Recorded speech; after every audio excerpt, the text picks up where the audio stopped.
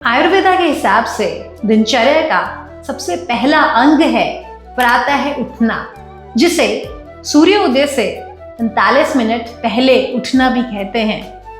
इसे ब्रह्म मुहूर्त भी कहा जाता है। तीसरी विधि है दंत धोना, जिसे ब्रशिंग ऑफ टीथ भी कहा जाता है। दिन में 2 बार करना चाहिए। एक चीज का ध्यान रखें, जो आप टूथपेस्ट इस्तेमाल कर रहे हैं उसमें SLS, parabens, sweeteners, saccharin, fluoride जैसे कंपोनेंट्स नहीं होने चाहिए। दिनचर्या की 6वीं विधि है नस्या, जिसमें हम अपने नोस्ट्रल्स में अनुतैलम या फिर देसी घी डालते हैं। नस्या से आप हेयर फॉल और ग्रे हेयर जैसी समस्याओं से दूर रहते हैं।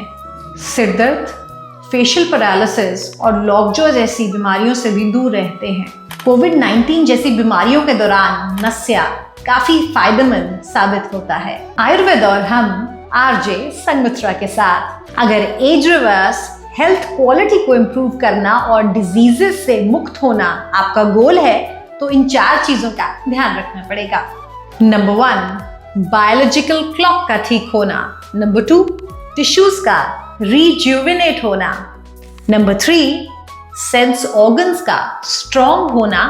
और नंबर 4, पीस और हार्मनी होना।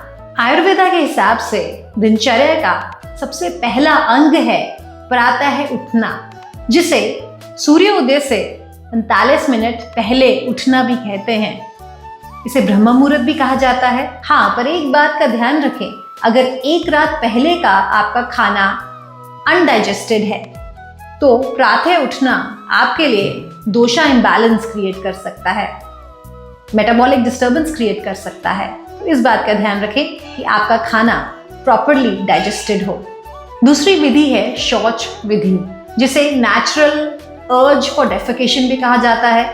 एक बात का ध्यान रखें कि शौच विधि को सीरियसली लिया जाए, क्योंकि अगर ये टाइम पे नहीं किया जाता तो इससे हार्ट एलिमेंट्स और आंखों की बीमारियां भी हो सकती हैं। तीसरी विधि है दंत धोना, जिसे ब्रशिंग ऑफ टीथ भी कहा जाता है। दिन में 2 बार करना चाहिए। एक चीज का ध्यान रखें, जो आप टूथपेस्ट इस्तेमाल कर रहे हैं उसमें SLS, parabens, sweeteners, saccharin, fluoride जैसे कंपोनेंट्स नहीं होने चाहिए। अगर आप दातून का इस्तेमाल कर सकें तो उससे बेहतर कुछ हो नहीं सकता। दिनचर्या की चौथी विधि है टंग क्लीनिंग, जीभ साफ करना। इससे मुंह की बदबू तो साफ होती ही है, साथ में बैक्टीरिया भी साफ होता है और टॉक्सिन्स भी बॉडी से निकलते हैं। दिनचर्या की 5वीं विधि है गार्गलिंग।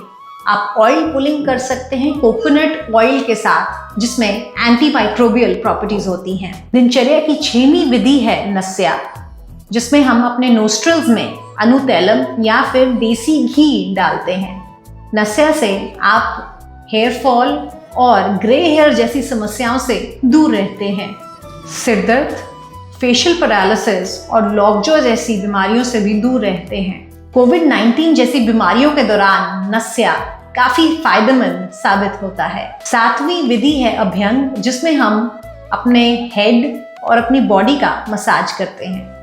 अभ्यंग से ना सिर्फ हमारा ब्लड फ्लो अच्छा होता है, लेकिन हमारे टिश्यूज नर्चर होते हैं, हमारे साइंस ऑफ एजिंग डिले होते हैं, हमारी कंप्लेक्शन अच्छी होती है और इवन स्किन टोन होती है।